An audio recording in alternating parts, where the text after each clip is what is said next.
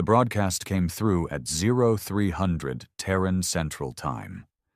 Grainy footage, half-pixelated and laced with static, showed the medical frigate Hope of Soul engulfed in flame.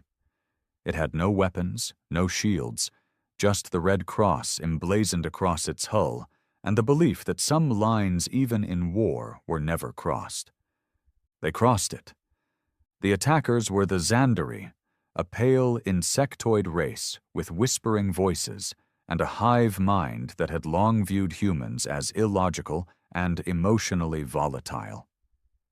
They called the destruction of the Hope of Soul a preemptive neutralization of potential strategic support. That's how they explained the slaughter of 417 unarmed medics, wounded soldiers, and civilian refugees. Captain Ronan Vale sat in the war room, jaw clenched, fists tight on the table. A holographic projection of the destroyed vessel hovered before him, rotating in silence. It showed the broken spine of the ship, its medical bays ripped open like ribs, bodies drifting cold in the vacuum. No survivors. The room was dead silent, except for the steady rhythm of his breathing. He didn't blink, didn't speak, didn't need to. Everyone in that room, from fleet admirals to low-rank intelligence officers, knew what was coming. This wasn't going to be a retaliation. This was going to be a reckoning. Ronan finally stood, the thick black uniform of the Earth Interstellar Command tight against his broad frame. The scar running from his cheekbone to his jaw pulsed red from an old plasma burn, a souvenir from the first border skirmish. Back then, they tried peace. Back then, humanity still believed in diplomacy. Not anymore. He looked at the admirals seated around the war table and spoke, voice like steel dragged across granite. Operation Echo Storm begins now. No negotiations, no quarter, no stars left to hide behind. The Xandari hadn't just declared war on humanity. They declared it on every principle humans still clung to, even after all the bloodshed of the Outer Rim. And Ronan Vale had lost too much to pretend diplomacy still had a place in the vacuum. 3 days later, Earth's first and third war fleets lit their engines like twin suns.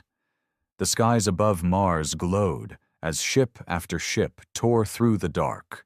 Battle cruisers, siege platforms, stealth corvettes, and one ancient dreadnought that had only ever been powered up once before. The Judicator. It was an old Terran legend, a ship built during the Cold Colonization War, mothballed because its existence violated over 20 interstellar treaties. Too brutal, too devastating, too human. Now it was leading the charge.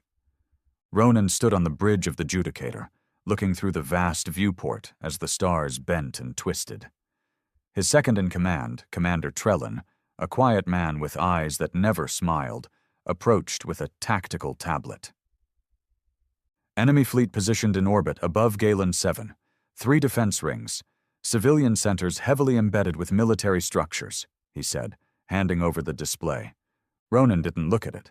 He already knew the layout. He also didn't care. They used civilian cover when they hit our medics, Ronan said flatly. We respond in kind. But Trellin hesitated. Let them burn, Ronan said, voice cold enough to freeze an engine core. And that was that. No Senate votes, no debate, just a fleet of humans who had buried too many of their own. For years, the Xandari mocked human emotion. They said we were soft, irrational, too sentimental to win a war without mercy.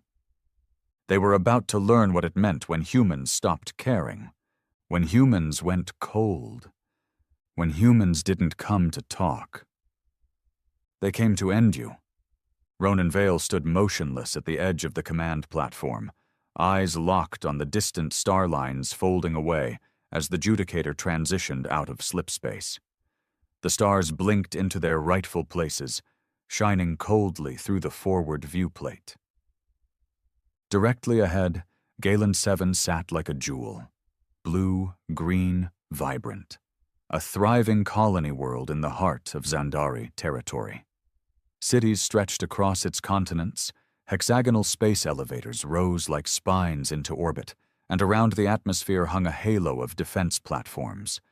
Some military, some research, but all armed to the teeth.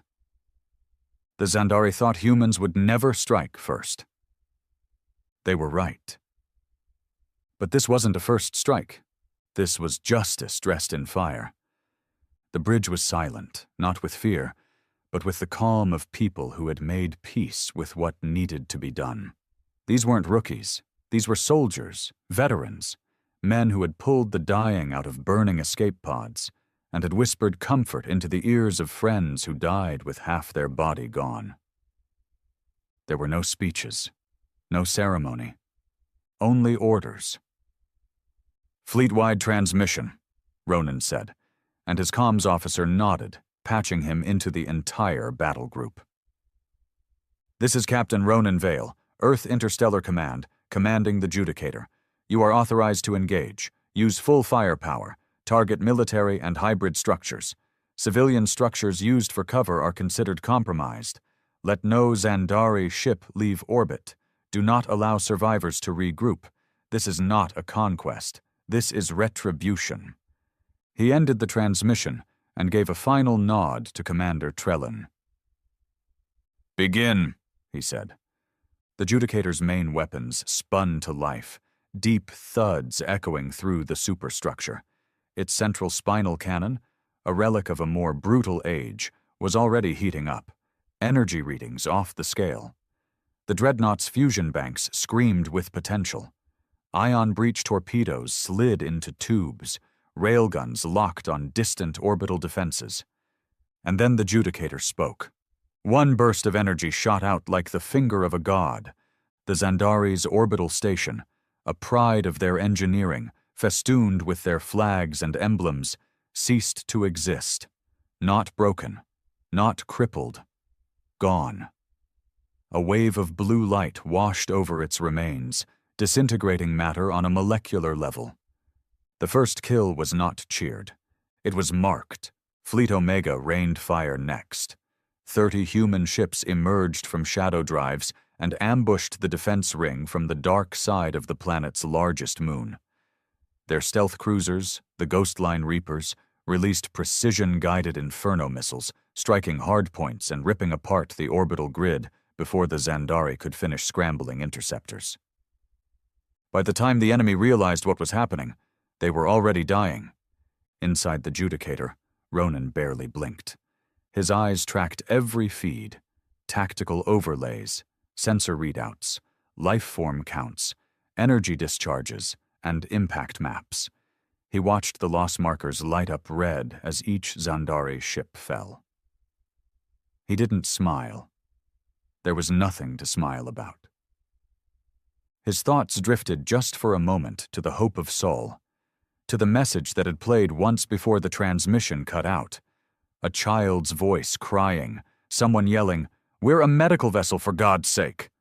Then static, then fire. Now, the fire burned the other way. The Zandari, caught off guard by the sheer brutality of Earth's assault, began to launch desperate counterattacks. Squadrons of light fighters screamed into orbit, only to be met by Earth's intercept fleets. They were fast, precise. But humans had learned too well. They'd been outgunned before, outmatched, out-teched. But not today. Human pilots flew with one thing the Zandari didn't understand: grudge.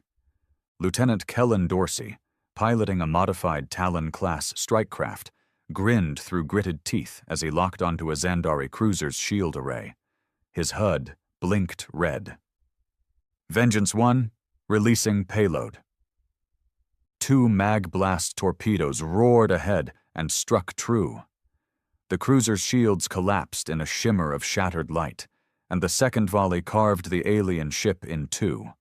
It broke apart like dry wood, bodies and debris sucked into the void. "You shouldn't have touched our medics," he muttered, banking hard to dodge the spinning husk. Elsewhere, on Galen 7's surface, the war reached new levels. Stealth drop pods from Earth's Special Forces Unit, Black Ice Division, pierced the atmosphere like black meteors. They hit the ground with silent fury. No flashy entrance, no radio chatter. They moved like ghosts in exosuits designed for urban warfare, slicing through Zandari garrisons hiding inside civilian zones.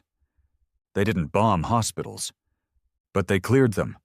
A medic team held hostage in a research center was rescued after 6 minutes of pure terror.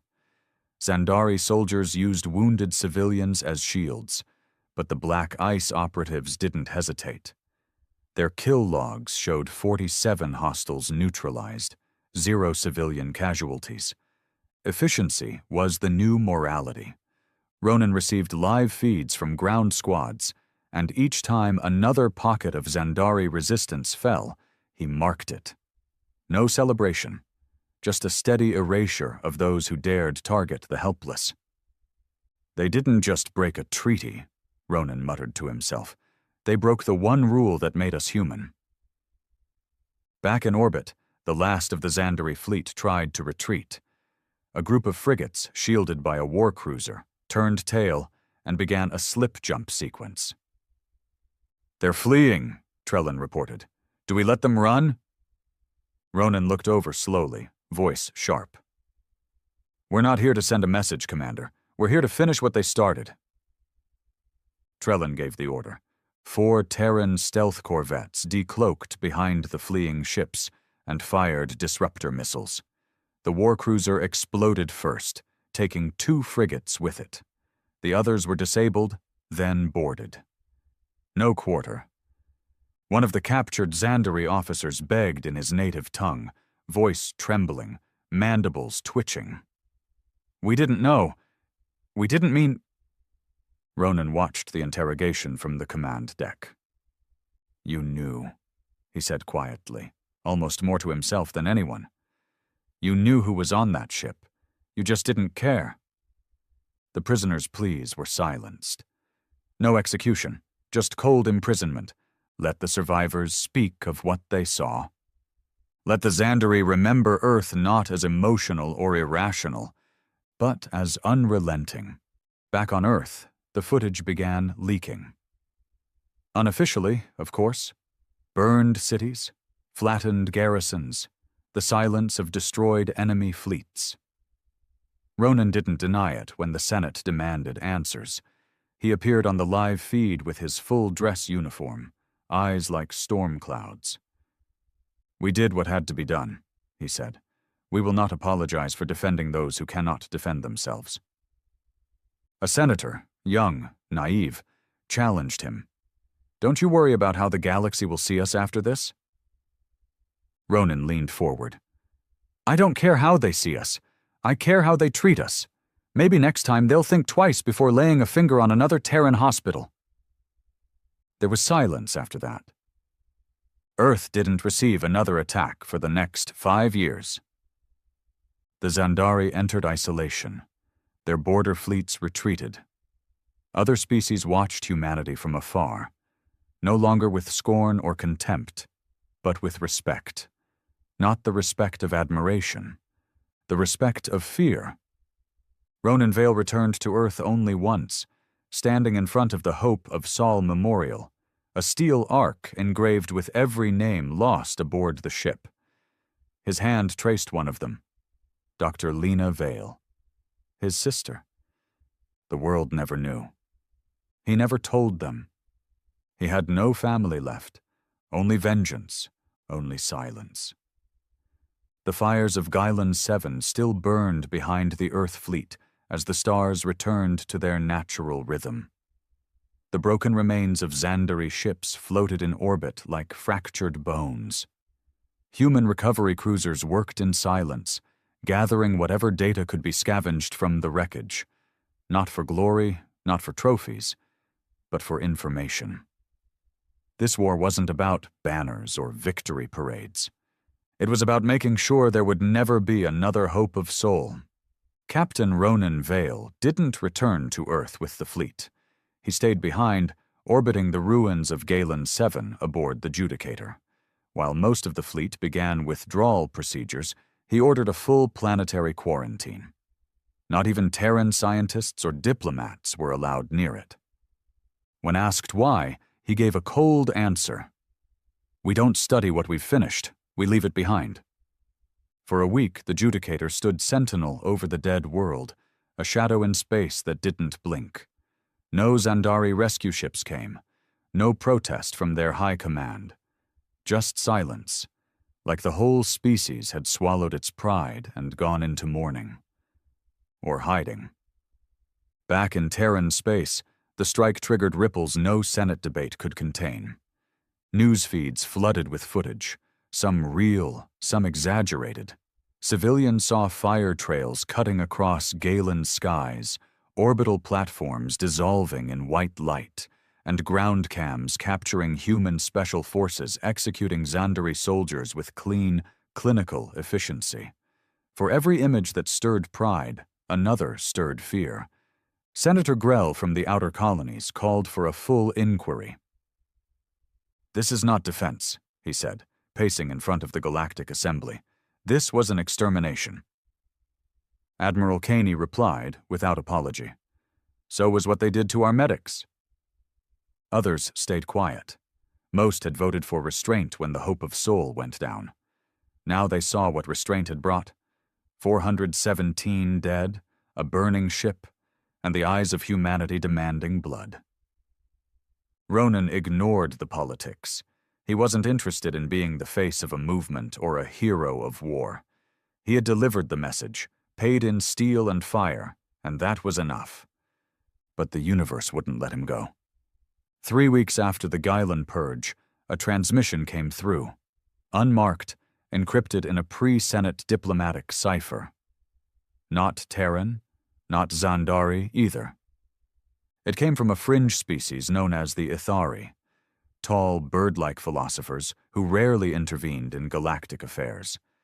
They had no military, no trade, no territory worth fighting over. But they watched. And when they reached out, it wasn't to exchange pleasantries. The message was short. "You have shifted the balance. Be warned. The others are watching." Ronan stared at it for a long time. Then he leaned back, eyes narrowing. Let them watch. He had other concerns. His fleet had received intelligence from deep space scans near the neutral border of the Virax Belt, a region filled with derelict stations, illegal outposts, and forgotten conflicts. The Hope of Sol hadn't been the only target in recent months. Several other humanitarian transports, non-Terran, had also gone dark. But no one talked about them. No one retaliated. No one had the spine. Until Earth showed the galaxy that being civilized didn't mean being soft. Commander Trellin entered the briefing room where Ronan stood alone, the transmission from the Ithari still flickering on a side screen. "We've traced back supply shipments tied to the Zandari weapons used against the Hope. Turns out they didn't come from Zandari factories," Trellin reported. "Where then?" Ronan asked. "A syndicate. Arms dealers based outside the Senate's reach. Mostly neutral, but they've been supplying both sides of conflicts for years. Quiet. Unseen." Ronan's jaw tightened. "So someone gave them the tools to butcher our wounded, and then stood back and watched." Trellin nodded. "Could be fear, could be politics, could be just credits." "And where's this syndicate now?" "Virax Belt, operating out of a rogue station, Noctis Forge." Ronan stared at the star map Trellin pulled up. The Judicator was already shifting course before the briefing ended. They didn't wait for Senate approval this time. Earth Command didn't even ask. They knew what Ronan was going to do. No one tried to stop him. The Judicator jumped into the Virax Belt like a phantom. No parades, no newsfeed alerts. Just one man and his fleet chasing ghosts. Noctis Forge wasn't a city. It was a tumor, bolted together from decades of salvage, dead tech, and illegal upgrades. It spun lazily above a gas giant like a rusted crown, pulsing with dirty lights and overcrowded with outlaws, mercs, slavers, and smugglers who didn't care who they sold to as long as the credits cleared. When the Judicator dropped out of slip space and hung silently above it, panic spread through the station like a virus. They knew who he was.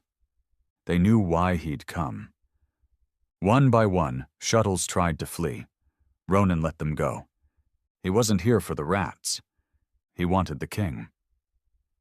Inside the station, at the core of the trading vaults, was a man named Varric, a Terran by blood, but not by loyalty. He had sold weapons to the Zandari months before the Hope of Soul massacre. Hadn't asked what they were for. Didn't care. He just wanted payment. Ronan entered the vault alone. No guards, no armor. Just his black uniform and the eyes of a man who had nothing left to lose. Varric tried to bluff, leaning back in his chair like he still had power. "You can't touch me here. This is neutral ground." Ronan didn't answer. He just set a data pad on the desk. The screen played grainy footage. A Zandari trooper dragging a human nurse by the throat. Her screams cut off in a flash of plasma. Varric's face paled. "I just sell the parts," Varric said quickly. "I didn't give the order. I'm not—" "You funded the weapons. You outfitted the assault. You made it possible." Ronan's voice was low, steady, and absolute. "You gave them the knife," he said, "and they slit our throat." Varric stood suddenly. "I can pay! I can disappear! I have names, contacts! Listen to me!" But Ronan had already pulled the trigger. One round. Clean. Straight through the heart. The Judicator bombarded Noctis Forge 30 minutes later. Not a full cleanse. Just enough to send a message. Half the station went dark. All Syndicate operations were shut down. The survivors scattered. Ronan didn't chase them. He had sent his message. Humanity wasn't just done talking. They were hunting. A month passed. Across the galaxy, whispers spread. Other species, once proud, once arrogant, began issuing quiet statements of respect, sometimes laced with fear. Not formal apologies, but acknowledgments. That Earth was no longer the soft-spoken mediator. They were something else now, something ancient, something dangerous. The Athari sent one final transmission. "You have reminded the stars what fear tastes like. Be ready, they will remember." Ronan stared into space from the bridge of the Judicator. The stars were quiet now.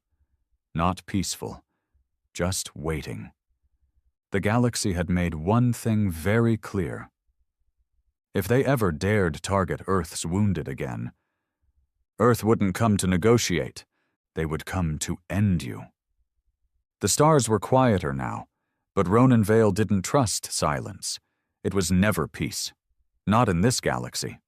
Silence meant someone was watching, waiting, recalculating. Maybe to retaliate, maybe to beg. Either way, he knew the cost of stillness. It always came with more blood. The Judicator floated above the ruined carcass of a Syndicate listening post on the edge of the Varka Dead Zone. Another black site. Another ghost station. Its crew had jumped ship the moment they picked up the Dreadnought's warp signature. They left their data cores behind, which was a mistake. Ronan didn't care about names anymore. He wanted patterns, connections, and he was starting to see them. Commander Trellin stood beside him, holding a decrypted dossier. "They were tracking refugee ships," Trellin said. "Not just ours. Others too. Humanitarian vessels, mostly unarmed." Ronan stared at the screen. Markers lit up across the map. Freighters, transports, aid ships. Gone. All gone in the last 18 months. Quiet vanishings. Silent hits. No wars declared. No claims made. "Why haven't the others spoken up?" Ronan asked, already knowing the answer. Trellin shrugged. They're not us. They don't avenge their dead. They absorb the loss, call it unfortunate, tragic, political. They don't want war. They want stability. But stability is a lie, Ronan muttered. It just means suffering quietly. A long pause filled the bridge. Sir, Trellin said finally, voice low, we're not just punishing criminals anymore. The Senate is calling you a liability. Ronan turned his head, slowly. They think we're dangerous now. They think you're unstoppable, sir. The sentence sat heavy in the air. Ronan Vale had always been a tool of justice, a soldier who followed orders, even if he disagreed with them. But somewhere between the hope of Saul and Noctis Forge, something changed. He had seen how diplomacy failed, how hesitation got nurses and wounded civilians slaughtered like animals. He was done waiting for permission. And now, the galaxy feared what that kind of man could become. The pressure mounted when Earth's Senate called for a formal hearing. It wasn't a trial. Not yet. But it smelled like one. Ronan was ordered to return to Earth, dock at Atlas Station, and appear before the Defense Oversight Committee. A hollow panel of political appointees, advisors, and career bureaucrats. People who never saw the inside of a medbay after a plasma strike. People who still believed you could reason with those who used children as shields. He didn't want to go. But he went. Out of duty, not respect. The Judicator docked like a shadow against Atlas Station's bright white hull. It dwarfed every vessel around it. People stared. They always did now. Ronan walked into the Senate chamber in full black command uniform. No ribbons, no medals, just the insignia of Earth's interstellar command. The symbol of a man who'd taken justice into his own hands. The room was packed. Dozens of senators sat in tiered rows, their holographic files glowing with evidence, quotes, data. A few glared. Some just watched. A small number nodded in quiet approval. Senator Grell led the charge. You ordered the unprovoked destruction of a civilian trade hub, Noctis Forge, he began, voice calm but pointed. That station had over 9,000 inhabitants. Ronan didn't blink. And 217 confirmed military contracts with races actively involved in the targeting of non-combatant ships. Unproven. Until I arrived, Ronan snapped. Their records showed sales to Xandari factions 3 days before the hope of Saul was hit. They knew, they helped, and they profited.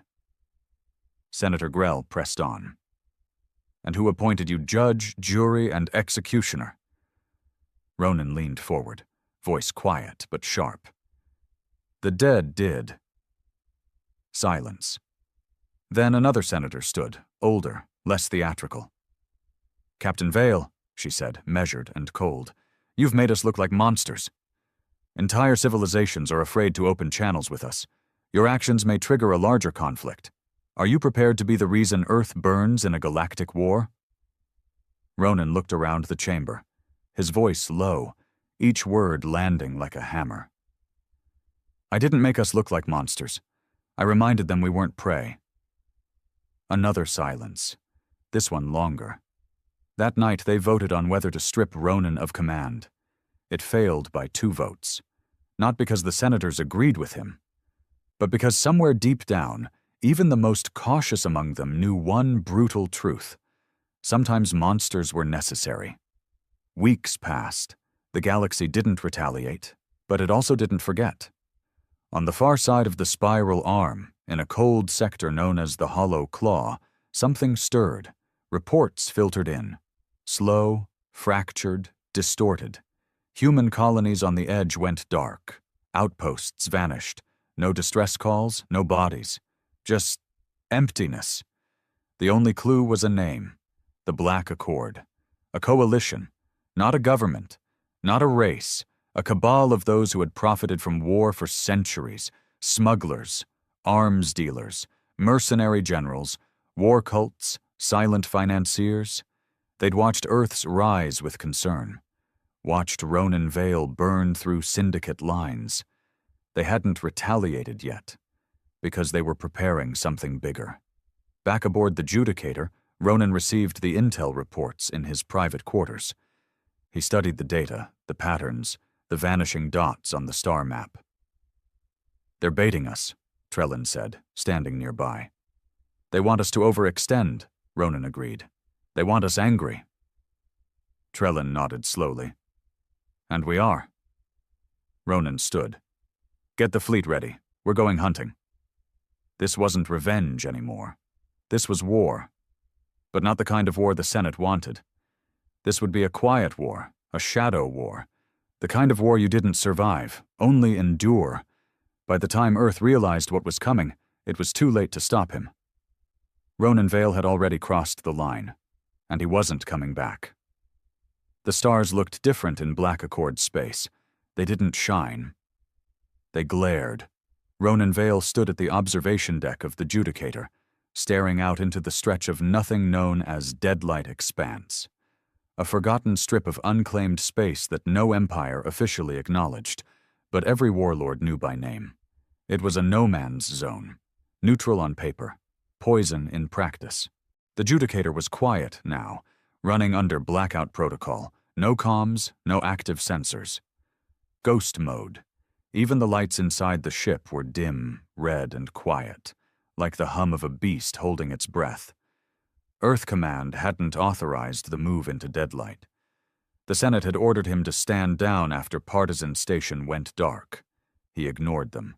He knew who was behind the disappearances. The Black Accord wasn't a rumor anymore. It was real, and he had tracked its pulse to a cluster of systems deep inside the expanse where maps stopped and signals went missing. The Accord didn't wear flags. It didn't have borders. But it had influence. You saw it in patterns: Zandari weapons on pirate hulls, mercenaries with syndicate tags, orbital stations with rotating slave markets, and human tech bought under old codes. And above all, silence. Every time one of these stations got hit, no one claimed responsibility. No survivors, no message, just death. But now, Ronan was going to break that silence, one piece at a time. "Target confirmed," Commander Trellin said, entering the deck. "Long-range scans put a black-site logistics hub behind that asteroid field. No shields. Light security. Looks like they're hiding something, not defending it." Ronan nodded. "What do we have on the ground?" "About 300 staff. Maybe 50 guards. We have visual on 4 freighters, unregistered, and one larger vessel tagged to the Vesker cartel. They're using human frequencies."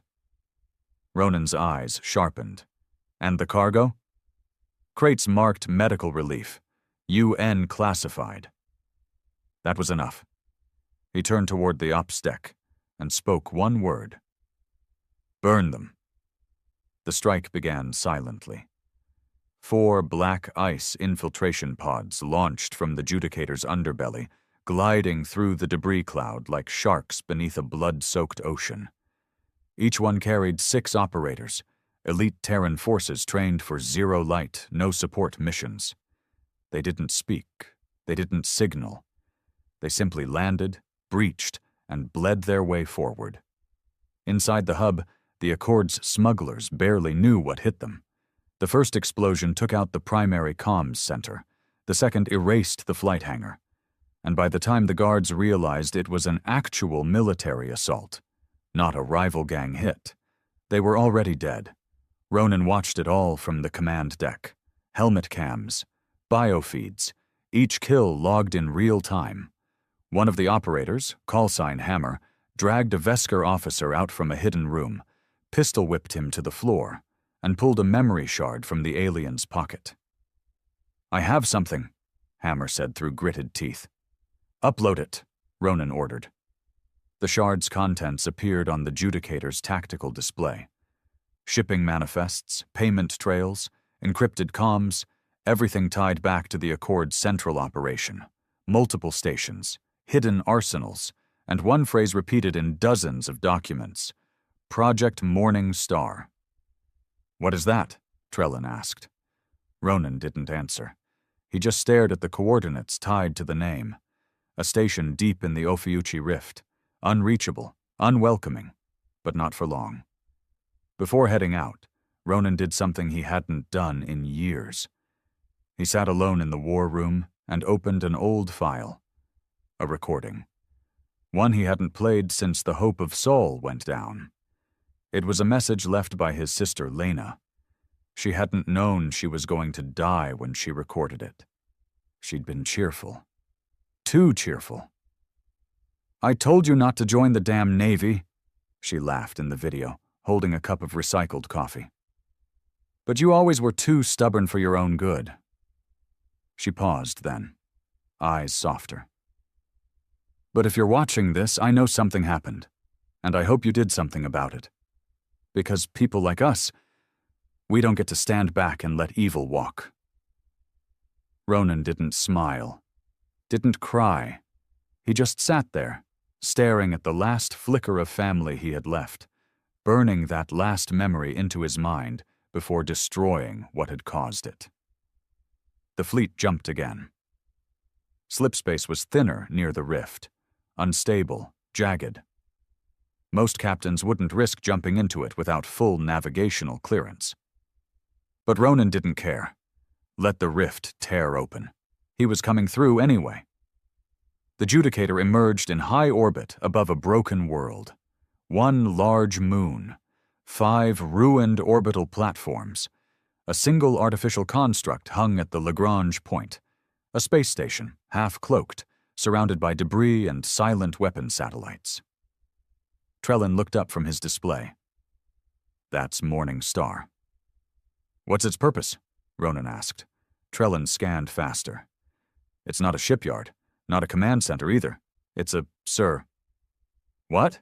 Trellin turned to him. "It's a weapons test facility. Biological Ronan's blood ran cold." "Human? Not just human? Human targets?" He pulled up more logs.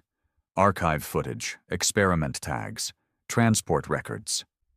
They had taken prisoners, survivors from raided ships, medics, aid workers, civilians, test subjects. "Get me inside," Ronan ordered. The assault on Morning Star was brutal. The Accord didn't run. This time, they fought.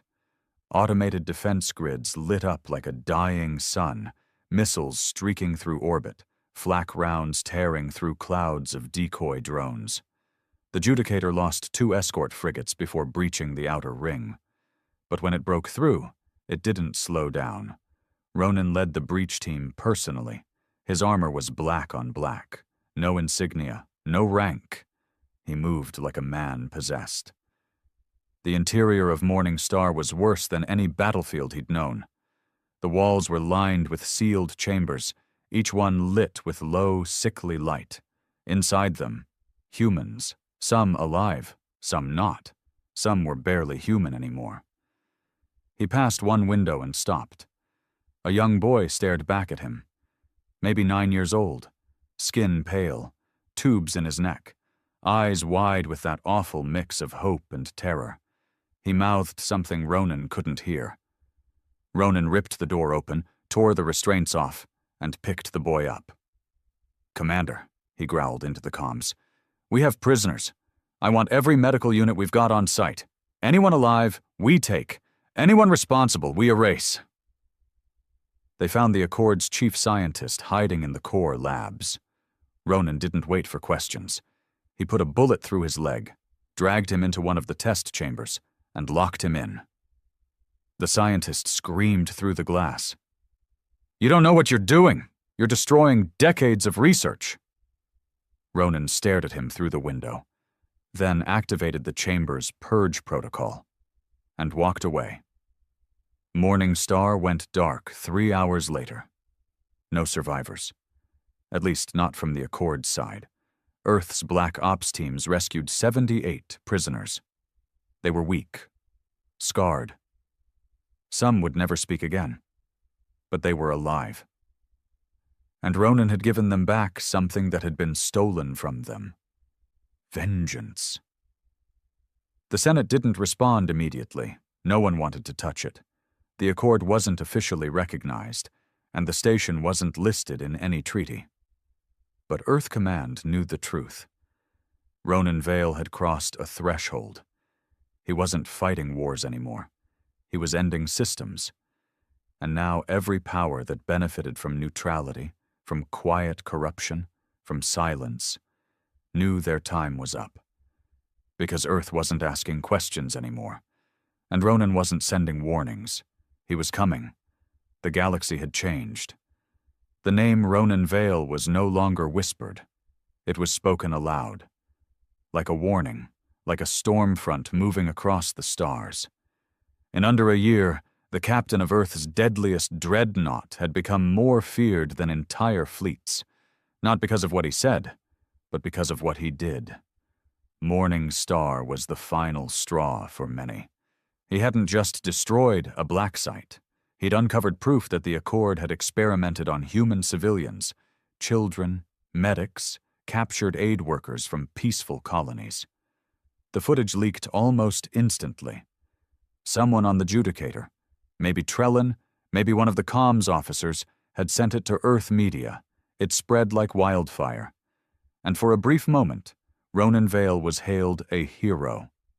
Marches on Earth, Luna, and Mars turned his name into a rallying cry. Never again. Mothers carried pictures of the survivors he'd rescued. Veterans wept. Even the Senate paused their usual finger-wagging and held a moment of silence for the victims. But moments pass, and fear returns. Because while the public praised him, the politicians grew restless. "You're out of control," Admiral Caney said in a secure conference with Ronan, her face tight with worry. This was supposed to be retaliation, not a warpath. Ronan stood with arms crossed, eyes unmoved. "It was retaliation, until we found their labs." Caney narrowed her gaze. "You destroyed Morning Star without oversight. You led the strike yourself. You're not a rogue agent, Captain. You represent Earth. You wear the flag." "I am the flag," Ronan replied quietly, "and the flag has blood on it. So I clean it. My way." Caney flinched, just a little. "You're pushing them into a corner," she warned. "The Accord is gone, but its backers aren't. You've made enemies in high places, and now Earth is being cut off." She showed him the list.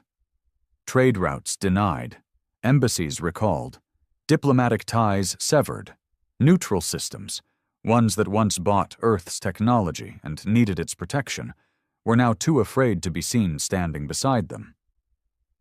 "You turned us into the monster at the edge of the galaxy," Caney said. Ronan stared for a long moment. "Good." Then he cut the line. Inside the Judicator, things were shifting. The crew still followed him. Some even worshipped him. Not in the godlike way ancient soldiers revered their generals, but as men who had found someone willing to do what needed to be done. They had seen the hospital ships burn. They had counted the bodies. Ronan gave them justice, not speeches. But Commander Trellin, he was changing. He'd been Ronan's most loyal man, the one who never questioned an order. But now, Ronan noticed his silences were longer. His objections came through stiffer posture, downcast eyes, and the way he hesitated to report bad news. "Say what you're thinking," Ronan said finally, one late night on the command deck. Trellin glanced around. No one else on the bridge. Then he spoke. "You saved people at Morning Star, sir. You did something the rest of us were too scared to attempt. But you also locked a scientist in a test chamber and watched him die. No trial, no records, just vengeance." "He ran those labs," Ronan said. "He tested children like weapons." "I know," Trellin said. "But what separates us from them? Justice without rules becomes execution. I followed you because you believed in the line. I just want to know." He paused. Is the line still there? Ronan looked out into the void, the scars on his face catching the dim starlight. There is no line, he said. There's survival, and there's history, and we don't get to make both. Trellin left without a word. The next blow didn't come from outside. It came from Earth. The Senate called for Ronan's arrest. Officially, the vote was 61 to 49. Just enough. They cited unsanctioned military action, violation of galactic conventions, and potential war crimes. The order was signed and broadcast. Ronan watched the press conference in silence. His photo, his name, his rank, all displayed behind the senators as they denounced the very man they once begged to avenge their dead. When the video ended, Ronan didn't move. He just turned to his crew and said, "They want to bury the weapon they built. But they can't, because I am the war they started." Back on Earth, protests erupted. Free Ronan. Justice for the Hope. Protect the Dreadnought. But in the shadows, powerful people were moving. Lobbyists, foreign dignitaries, even Earth's own allies started issuing quiet ultimatums. Control Ronan, or we will. Someone had to stop him. Someone who knew him better than anyone. His former Academy rival, Captain Darren Holt, was given command of the ESS Arclight, a next-generation stealth cruiser with orders to intercept and disable the Judicator. Holt had always hated Ronan's methods, saw him as a brute hiding behind trauma. Where Ronan led with fear, Holt believed in unity, law, and command structure. "Don't kill him," the Senate told Holt. But they didn't mean it. Holt left with a fleet of 5 ships.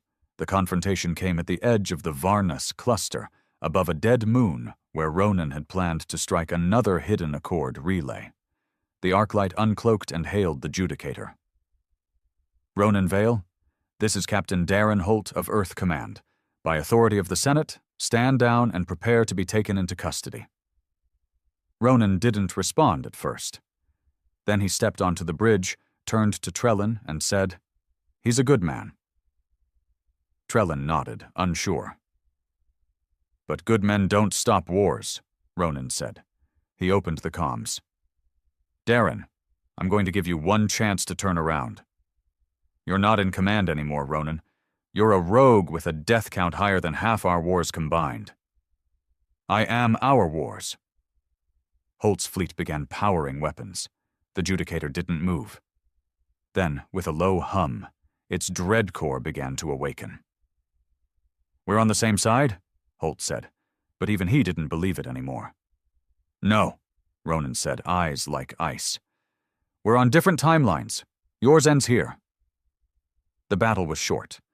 The Arclight was fast, clever, but the Judicator was raw power, too large to dodge, too fortified to bleed. The Dreadnought tore through Holt's fleet in under 9 minutes, but Ronan didn't kill him. He let Holt's escape pod drift. A reminder. A warning. And maybe one last thread to the life Ronan could never return to. By the end of the week, Earth was fractured. The Senate couldn't deny Ronan's success, but they couldn't control the storm he had become. Half the fleet still followed him. The rest watched carefully. As for the galaxy, the stars held their breath, because the man who brought silence to the Accord was now the enemy of the very home he once defended. The stars above Varnus burned cold. Wreckage still floated in orbit, shrapnel from the battle between Judicator and the Earth fleet sent to capture her. Pieces of the once proud ESS Arclight drifted silently in the void, along with the remains of ships that had once borne the Terran crest with pride. The message was clear. Ronan Vale wouldn't be taken quietly, but neither would Earth let it go unchallenged. The fracture was open now. Not theoretical, not political. Real. Earth's command structure had splintered. High Admiral Caney, under pressure from the Senate, ordered all loyal Terran vessels to disengage from Ronan's fleet. She called his strike against Captain Holt an unforgivable escalation, a line no soldier could cross. But many still followed him, some because they believed, others because they were too far gone to come back, and some because they had nothing else left. Ronan stood at the observation platform of the Judicator, watching Trellin quietly as the younger officer reviewed fleet movements. "You're losing allies," Trellin said without looking up. "Several frigates pulled back. One of our fuel carriers defected. You're bleeding ships faster than you're replacing them." Ronan didn't respond. Trellin looked up finally. "You can't win a war with no rear line." "I'm not fighting a war," Ronan said. "I'm ending one." Trellin's jaw tensed. "Then maybe it's time you admit something." Ronan turned to him slowly. "You're not saving Earth anymore. You're shaping it into something you think it needs to be. That's not war. That's control." Silence settled between them. And then Ronan said something no one expected. "I don't know how to stop." It was the first time Trellin saw the man's eyes lose focus. Just a second, a blink. But it was there. The grief hadn't dulled. It had hardened, turned into iron. And once you become iron, it's hard to be flesh again. Back on Earth, the protests boiled into riots. Civilian unrest had reached its highest point in a decade. Half the population saw Ronan as a traitor. The other half saw him as the last honest man in the system. The name Judicator was painted on walls, on bodies, in blood. Rebel factions rose, calling themselves the Silent Fleet, claiming to represent the true Terran will. Senator Grell, the loudest voice calling for Ronan's arrest, was attacked during a broadcast. The message sprayed across the wall behind him said, "You buried the truth." He unearthed it. High Admiral Caney faced assassination attempts. The Senate issued martial law in half the outer colonies. And behind all of it, somewhere in the shadows, the remnants of the Black Accord began to stir again. Not openly, but with precision. Because chaos was always good for business. On a mining moon called Therion 9, far beyond the reach of most charts, a hidden message arrived for Ronan. It came from a contact buried deep in the intelligence service. An old friend, long thought dead. The name flashed once. Dresk. The message was short, but it chilled Ronan to the core. "They've rebuilt, and they're not hiding anymore. The Accord isn't dead. They've merged with something worse. They call it the Cradle Protocol, and they're building a fleet, not to attack Earth, but to replace it. Come to Cinder Reach. You'll see it yourself. Bring fire." Ronan stared at the blinking message. Cradle Protocol. He didn't know what it was, but he recognized the meaning behind it. They weren't planning retaliation. They were planning rebirth, the kind of rebirth that didn't leave room for survivors. He called the fleet into emergency formation. Trellin entered the war room, already halfway through decoding the Cinder Reach coordinates. "This isn't a black site," Trellin said. "It's something new. Someone's been building out there, mining moons, draining atmospheres, shielded structures, old pre-fall tech." "Which means they're not rebuilding a station," Ronan said. "They're building something worse." Trellin looked up. "A new Earth?" "No," Ronan said darkly. "A replacement for humanity, a controlled version, one they can manage." The Accord never wanted to conquer Earth. They wanted to erase it and grow their own version of it, free from rebellion, from sentiment, from men like him. The Judicator arrived at Cinder Reach 3 days later. The sky above the world was wrong, too smooth, too clean. Dozens of orbital rings surrounded the planet like webbing, each one rotating, pulsing with artificial light, humming with energy too advanced for any known species. And in the center, a station the size of a moon. Black steel. No windows. No broadcasts. But life signatures. Thousands of them. Most of them human, but altered, synchronized heart rates, brainwave alignment, genetic duplication. Ronan had seen this once before, in prototype files Earth's AI labs had buried decades ago. Synthetic biology, engineered obedience, cloned citizens, an entire world of manufactured Terrans, raised from birth to serve. No independence, no dissent, no Ronan Vale. "Is this what they think we are?" Trellin whispered, watching the scans in horror. "No," Ronan said. "It's what they think we should be." They didn't wait. They attacked. The Judicator opened fire on the outer orbital rings, unleashing its dreadcore for the first time in weeks. The beam split the sky like a god scream, vaporizing half a defense grid and crippling the reactor chain holding 2 stabilization tethers in place. The clone fleets scrambled. Dozens of ships, identical in shape, crewed by expressionless humans, swarmed forward like insects. No tactics, no fear, just programming. Ronan's fleet fought with grit, instinct, pain, the very things the Accord's forces lacked, and that made them unpredictable. Deadly, but also outnumbered. One by one, Ronan's escort ships were hit, breached, disabled. The Judicator took 3 direct hull breaches.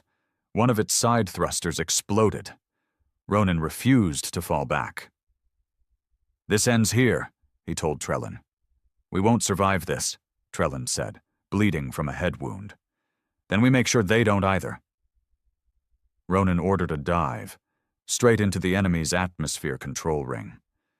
The Judicator spun on its axis, rotating its spinal cannon toward the cradle station's reactor. He had one shot. He activated the core manually, burned his own hands on the heat conduits. Over the ship-wide intercom, he spoke for the last time. "Humanity was never clean, never obedient. We fought, we rebelled, we made mistakes. But we were real.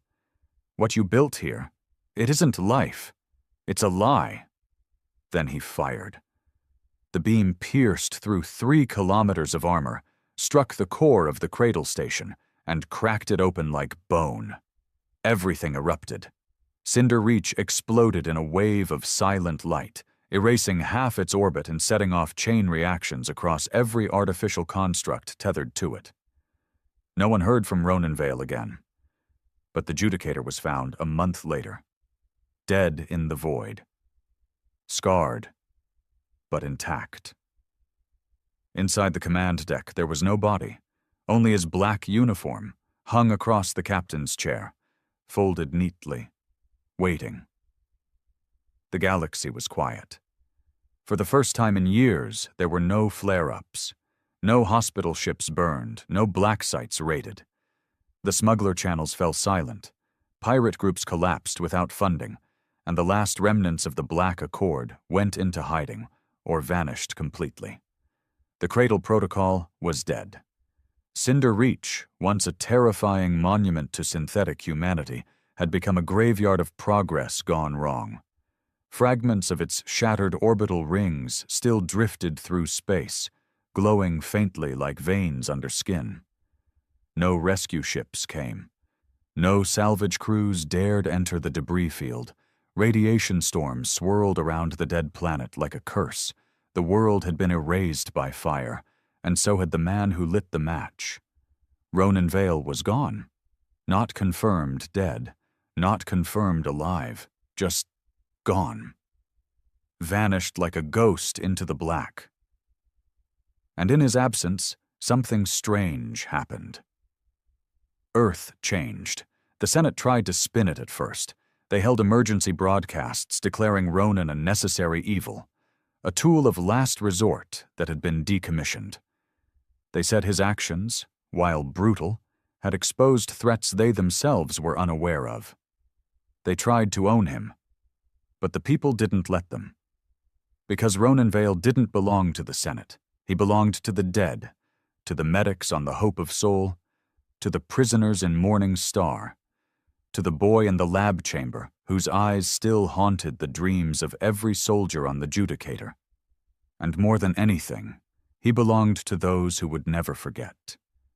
A statue went up, not on Earth, but on a moon called Jericho's Fall, a lonely rock where Ronan's fleet once resupplied during the earliest days of the Accord Purge.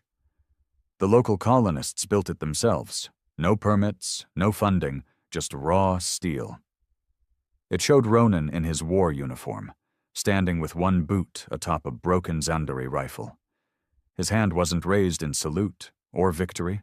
It was open, empty, not asking for thanks, not giving mercy, just there, like he always was. The inscription below it read, "When the stars went silent, he screamed louder." Trellin survived. He became a name in history books, too, but in a different way. After Cinderreach, he took command of what was left of the Judicator, returning it to Sol's system with the few surviving crew. He didn't attend the Senate inquiries, didn't speak to the media. He retired, vanished to a private colony. But before he left, he released one thing: a log, a personal record, a spoken word file dated 3 days before the final assault on Cinderreach. Ronan's voice. "You don't get to choose what they remember. You don't get to decide if you're a hero or a butcher. You only get to act. I didn't burn worlds to inspire them. I did it because no one else would. Let them call me what they want. Just let them remember this." We fought back. It was played on every news channel across Earth. It went viral across fringe colonies. Veterans of the hospital fleet wept hearing his voice again. Students quoted it. Soldiers printed it on patches. The phrase, "we fought back," became a code, one that meant resistance, refusal, rage against being prey. And the enemies of Earth? They listened too, and they didn't come closer. 50 years passed. A new alliance formed in the Outer Rim, one founded not by Earth, but by colonies that had once watched their aid ships burn. They called themselves the Veil Compact, a defense network that promised a single thing: no one hurts the helpless again. They used his name openly. They wore his crest, and they built a fleet forged in memory. The first dreadnought of the new class was named Ronan's Oath. Its first mission? Escorting hospital vessels through war-torn zones in the Delcar Reach. The enemies watched them pass, and didn't fire. Because in every ship that bore the insignia of Ronan Vale, there was an understanding. Not a treaty, not diplomacy, just fear and respect. There were rumors, of course, that he'd lived, that he had escaped in a stealth pod before the cradle reactor blew, that he walked among the outer colonies as a farmer, that he wore civilian clothes and only raised his voice when someone crossed a line. One tale said a man with a scar down his cheek showed up on a mining world after a pirate raid. He didn't say a word, just took a rusted rifle from a wall and walked into the dark. The next day, 20 pirates were dead. The man was gone, the rifle left behind. Was it him? No one knew, but no one questioned it either. Because legend isn't about truth, it's about memory. And the galaxy remembered. They remembered the ship that never flinched, the fleet that never bowed, the man who made monsters afraid to close their eyes. Ronan Vale didn't return to Earth, because he became something Earth couldn't hold. He became the scream in the silence. He became the black flag against injustice. He became the dreadnought in the dark, always watching, always ready. And to those who threatened the weak, who thought they could hide behind treaties and shadows, he became a promise. If you touch the helpless, he will come, and he will burn your stars to ash.